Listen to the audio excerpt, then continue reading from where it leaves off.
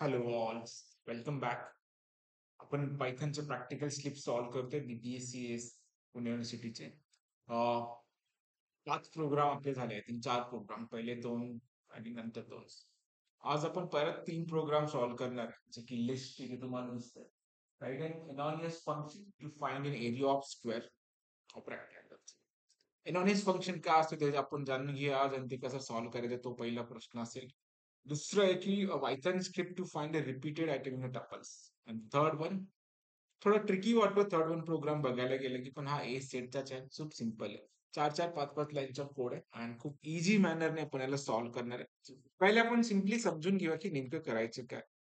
तर क्वेश्चन समजला पाहिजे. क्वेश्चन नाही समजला तर सॉल्व्ह होत नाही लवकर. त्याच्यामुळे आपण आधी छोटे छोटे प्रश्न घेतोय, नंतर थोडी कॉम्प्लेक्सिटी वाढेल. जो बी सेट असेल किंवा याच्यामध्ये हे प्रोग्राम काही झाल्यानंतर आता पुढचे सगळे प्रोग्राम क्लास बेस असणारे तुमचे आणि GUI बेस असणार आहे. ठीक आहे. हे थोडं टाइम कन्झ्युमिंग प्रोग्राम असतात, पण तेही आपण करणार आहे. आता सुरुवातीला ह्या प्रोग्राम करू. तिच्यामध्ये पहिला प्रश्न आहे की एनॉनियस फंक्शन्स. एनॉनियस फंक्शन असेल किंवा तुमचा लॅम्बडा असेल, दोघांचा अर्थ एकच होतो, लक्षात घ्या. लॅम्बडा एक्सप्रेशनला एनॉनियस फंक्शन असं म्हणतात. कारण आपल्याला जनरली फंक्शन म्हटलं की ते फंक्शनच आठवतो, जे की डेफ कीवर्ड वगैरे आपण लिहितो. तो नाहीये, हा एक लॅम्बडा एक्सप्रेशन आहे, तो आपल्याला पाहिजे. दोन गोष्टी पाहिजे आपल्याला, area of square and rectangle. Area of स्क्वेअरचा अर्थ असतो की side square, side into side करा, तुम्हाला हे भेटेल. आणि रेक्टँगलचा लेंथ इंटू ब्रेथ. हे दोन फॉर्म्युला इम्प्लिमेंट करायचे, सिंपल एरिया त्याचा कॅल्क्युलेट करायचा, सिम्प्लिफायनी हे होऊन जाईल. दुसरा प्रोग्राम असा आहे की Python script repeated items in a tuples. म्हणजे सिम्पली एक टपल घेऊन टाकायचं. टपल टी केवळ संपू आपण 1 2 3 करतोय, मी 1 1 किंवा 6 5 करतोय.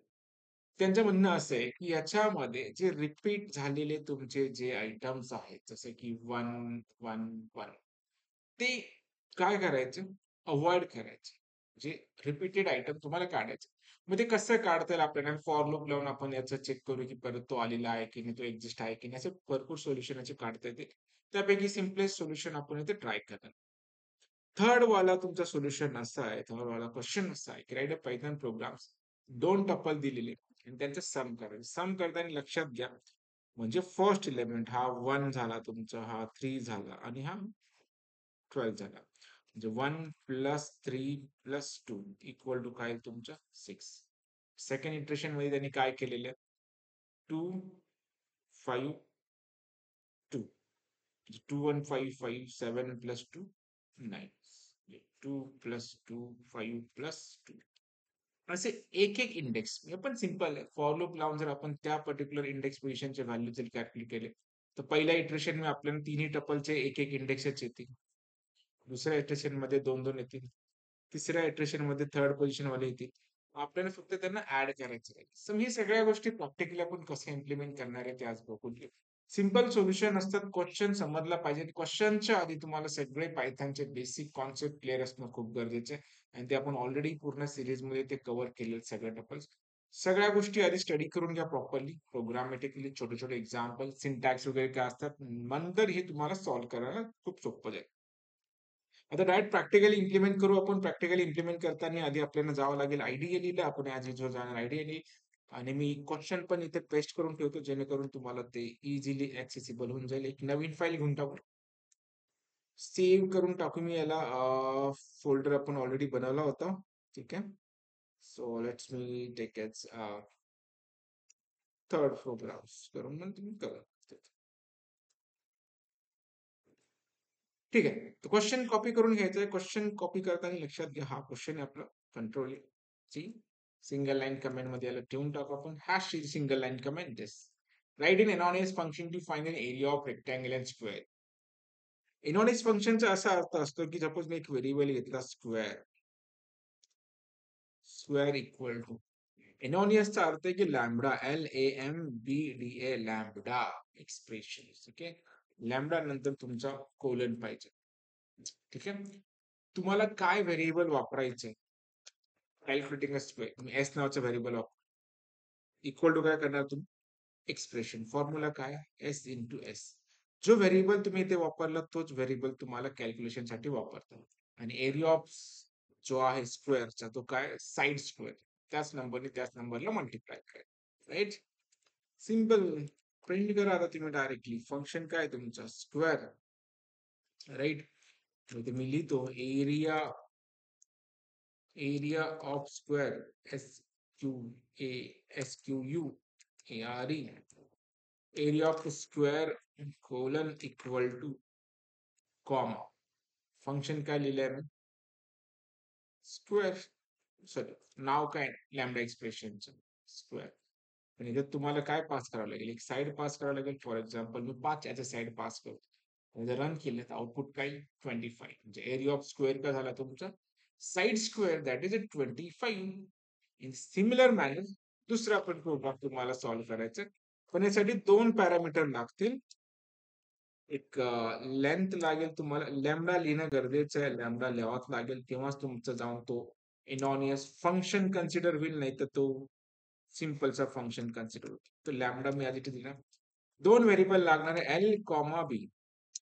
जे व्हेरिएबलचे नाव वापरले तेच कॅल्क्युलेशन साठी वापरायचे. मग आपल्याला लेंथ इंटू काय आपलं फंक्शन सिंपल. सेमीकोलन ऑप्शनल आहे, देऊच नका. पायथन मध्ये सेमीकोलन नाही दिलं तरी चालतं, पण द्यायचं पण नाही. Second, area of area of काय बघायचं आपल्याला रेक्टँगल. एरिया ऑफ रेक्ट लिहितो कोलन इक्वल टू, कशात केलं आपण कॉल त्याला रेक्टँगल.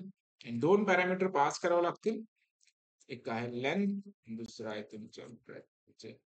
इथे 7,8 पास करतो, कॉमा नॉट डॉट. दोन्ही गोष्टी आपल्याला प्रिंट करू, area of square and rectangle.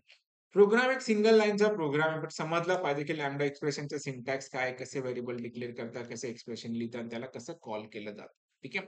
तिचं first part, first program, write an anonymous function to find the area of square and the rectangle. The second program आपण बघणार आहे की write a program to repeated item from the tuples आपल्याला remove करायचे. मी नवीन program घेतो, new files, program save as करू आपण. इथे जाऊया प्रोग्राम 4, बाकीचे 2 प्रोग्राम वेगळ्याच्यात स्टोअर केले ते बघून घेऊ. प्रोग्राम सिंपल आहे. करायचं की आपण एक टप्पल घ्यायचा आणि त्या टप्पल मधल्या गोष्टी आपल्याला काय करायचं, रिपीट झालेले असतील तर तो आपल्याला अनरिपीटेड टप्पल्स प्रिंट करायचं. तर सिंपल आपण काय करणार, एक टप्पल घेऊन टाकू इथे. लेट अज्युम दॅट आपण एक t इज इक्वल टप्पल घेऊन टाकू 1, 2, 3, 4, 2, 1, 2 घेऊन टाकू 5, 6. ठीक आहे. एक टपल आहे आपल्याकडे आणि याच्यामध्ये काही गोष्टी आहेत ना ते रिपीट झालेल्या आहेत. आपण जर ओरिजिनल टपल प्रिंट केलं तर ऍज इट इज तो प्रिंट होऊन जाईल. आणि टपल आपल्याला माहिती की एकदा प्रिंट केल्यानंतर ती व्हॅल्यू आपल्याला चेंज करता येते. पहिला आपण सिंपल टपल प्रिंट करून घेतला. आउटपुट काय एक्सपेक्टेड आपल्याला, find repeated item in a tuples. ज्या गोष्टी रिपीट झालेल्या आहेत ते आपल्याला फाइंड करायचे. मग त्याच्यासाठी आपण काय करू, एक एम्प्टी लिस्ट घेऊन टाकू. मी REPT लिहून टाकतो, रिपीटेड. आणि ह्या लिस्ट मध्ये जर रिपीट झाला असेल तर तो आपण याच्यामध्ये ऍड करू. लिस्ट मध्ये गोष्टी ऍड करण्यासाठी अपेंड नावाचा फंक्शन वापर होतो हे आपल्याला माहिती, पण त्याच गोष्टी अपेंड करायच्या ज्या लिस्ट मध्ये रिपीटेड आलेल्या नसतील किंवा टपल मध्ये पण परत आलेल्या नसतील. ठीक आहे.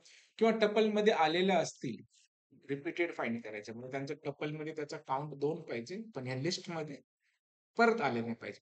मग त्यासाठी काय करू आपण, सगळ्यात पहिलं काम आपलं हे असेल की जे सगळे इलेमेंट आहेत, ठीक आहे, सगळ्याच्या सगळ्या गोष्टी आपण इथे ऍक्सेस करून घेऊ. फॉर आय इन मी करतो डायरेक्ट. आता मी इथे डायरेक्टली आय प्रिंट केल्यामुळे माझं काय होऊन जाईल, ते सगळ्या टप्पलच्या गोष्टी एक एक मला ऍक्सेस होतील. पण हे ऍक्सेस करताना मला फक्त ऍक्सेस नाही करायचे, त्याच्यामध्ये शोधायचे सुद्धा. आणि मी ऍक्सेस करून याच्यामध्ये अपेंड पण करू शकतो, जसं REPT डॉट अपेंड नावाचं फंक्शन आपल्याला माहिती, ह्या गोष्टी मी इथे ऍड करू शकतो. आणि PRINT प्रिंट, आणि हे REPT या गोष्टी मी इथे प्रिंट पण करू शकतो. ज्या गोष्टी टप्पल मध्ये होत्या त्या सगळ्या ऍक्सेस केल्या, त्याला परत प्रिंट केलं. पण याच्यात परत प्रिंट करताना आपल्याला फक्त हे चेक करायचे की तो रिपीट झालेला नाही पाहिजे. मेन लॉजिक आता तुम्हाला इथे ऍड करणं. आपण काय करू, एक छोटस लॉजिक इथे ऍड करणार आहे. इफ आपण टपलचा काउंट काढून टाकू, टी डॉट काउंट. काउंट नावाचा एक फंक्शन आहे, तो टपलचा काउंट देतो. काउंट कशाचं करायचं आपल्याला, आयचं.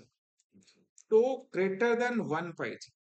ऑब्विसली रिपीट झाला असेल तर तो ग्रेटर दॅन 1 पाहिजे. पण तो जो आय आहे तो नॉट इन आरईपीटी. म्हणजे एकदा आलं की ठीक आहे, सारखा सारखा रिपीट नाही झालेला पाहिजे. ही एकच लाईन तुम्हाला 15-10 मार्क्स देऊन जाईल की टीचा काउंट ग्रेटर दॅन 1 पाहिजे आणि तो रिपीटेड आयटम मध्ये नसला पाहिजे. आता रन करा तुमचा प्रोग्राम आणि तुम्हाला ते डायरेक्टली दिसून येईल की find the repeated items. Original list 1 2 3 4 1 2. कुठले आयटम रिपीट झालेले, फक्त 1 आणि 2 हे दोनच आयटम रिपीट झालेले, म्हणून तो रिपीटेडच भेटला. Write a Python script to find the repeated item in a tuples. जे जे रिपीट झालेले तेच. फॉर एक्झाम्पल आता मी जर 6 सुद्धा जर रिपीट केला, ठीक आहे, इथं मी ओजी किंवा टपल जो होता, आणि इथे मी लिहितो repeated. Repeated tuple value TUPLE. तर कोणते कोणते रिपीटेड झालेले आपले, कॉमा राहिला आपलं, कॉमा पास करायचं, कॉमा व्हॅल्यू. ठीक आहे, त्याच्यामध्ये 1 2 आणि 6 झाले तुमचे रिपीट झालेले. क्वेश्चन समजला पाहिजे, सोल्युशन ऑटोमॅटिकली म्हणजे. हे होतं आपलं दुसरं सोल्युशन. आता थर्ड प्रोग्राम कडे आपण चालूया. थर्ड प्रोग्राम थोडासा लेंदी वाटतो, बट तसा हाही काही नाही येतो. याला कॉपी करू, ऍज युजल न्यू प्रोग्राम घेऊन टाकू. मल्टीलाईन कमेंट द्यावं लागतील कारण प्रोग्रामची लेंथ जास्त आहे. Triple quote use for multiline comments. याला सेव्ह करून घेऊ, याला सेव्ह करतो ऍज अ 5th. ठीक आहे, प्रोग्राम लक्षात घ्या. आधी सगळ्यात अगोदर आपल्या पहिला प्रायोरिटी काय असेल, 3 टपल आपल्याला पाहिजे. सो मी इथे घेतो T1 इज इक्वल टू, हेच लिस्ट घेऊन टाकतो. आउटपुट व्हेरीफाय करायला सिंपल म्हणजे. ठीक आहे, त्यावेळी T2 आपण करून T2 equal to same tuple आपण घेऊन टाकू इथेच T2 आणि T3 घेऊन टाकू T3. आता directly T1 plus T2 plus T3 असं ऍड करता येत नाही, तो प्रॉपर वे नाही. आपण ऍड करताना थोडस डोकं वेगळं वापरणार. आपण काय करून घ्या, एक रिझल्ट नावाचं एक एम्प्टी लिस्ट घेऊन टाकतो. फॉर लूप लावणार आपण, फॉर आय इन करून टाकणार रेंज, RANG रेंज. आपल्याला ह्या सगळ्या गोष्टी एक एक एक एक ऍक्सेस करायच्या. पण याच्यात किती आयटम आहेत, 4. आता कधी कधी 5 होऊ शकतात, कधी कधी 6 होऊ शकतात, मध्ये प्रॉब्लेम होऊन जाईल. तर बेटर वे आपण काय करू, जेवढी लेंथ असेल एखाद्याची लेंथ घेऊन टाका. लेंथ कसं कॅल्क्युलेट करतो आपण, लेन ऑफ T1. याने होणार काय, फक्त तुम्ही कुठल्याही घेऊ शकता, T1 T2 T3, काही प्रॉब्लेम नाही. आपल्याला एक लेंथ पाहिजे होती, जेणेकरून तेवढा टाइम तो लूप फिरेल. सो इथे येऊन जाणार आपण, याला बोलत येणार. आता करायचं काय आपल्याला, फक्त ज्या रिझल्ट मध्ये अपेंड नावाचं फंक्शन आहे, APPEND. पण अपेंड काय करायचंय, अपेंड आपल्याला करायचंय T1 ऑफ आय, टप्पल 1 चा पहिला इंडेक्स प्लस टप्पल 2 चा पण पहिला इंडेक्स आय. पहिल्या इंडेक्सला काय भेटेल तुम्हाला, 1 3 2 2 5 2. अकॉर्डिंगली तुम्हाला भेटेल एक एक एक एक व्हॅल्यू, आणि तुम्ही त्याच्यानुसार ऍड पण होईल. टप्पल 3 ऑफ आय. ठीक आहे, सगळ्या गोष्टी ऍड होऊन जातील. त्याच्यानंतर तुम्हाला इथे प्रिंट करायचे, PRINT प्रिंट. ठीक आहे, एलिमेंट वाईज सम. इथे डबल कोट मध्ये मेसेज देऊन टाका, राईट, कोलन इक्वल टू तुम्ही इथे करू शकता, कॉमा RES. ठीक आहे, याला आधी एकदा रन करून बघू आउटपुट येतंय का. ठीक आहे, आपलं आउटपुट आलं. आता समजून घ्या थोडस याच्यात काय केलेलं आहे. छोट्या छोट्या गोष्टी आहेत पण सिम्प्लिफाईड आहे. सगळ्यात अगोदर टप्पल आपण घेऊन टाकले, आर इन रेंज, म्हणजे हा लूप फिरेल 1 2 3 4 वेळा. चालेल, इन रेंज T1 4 वेळा हा लूप फिरणार आहे. पहिल्या याच्यात एम्प्टी लिस्ट घेऊन टाकलं, दुसऱ्या याच्यात काय केलं आपण, T1 of 9, 0th induction 0 1 2 3 4 time फिरणार आहे, म्हणजे आधी 1 0 1 2 3. मग T ऑफ 0 काय, 1. T2 ऑफ 0 आणि D3 ऑफ 0. जेव्हा फर्स्ट इटरेशन कम्प्लीट होईल तेव्हा याचा सम येऊन जाईल आणि तो आपल्याला सम भेटेल.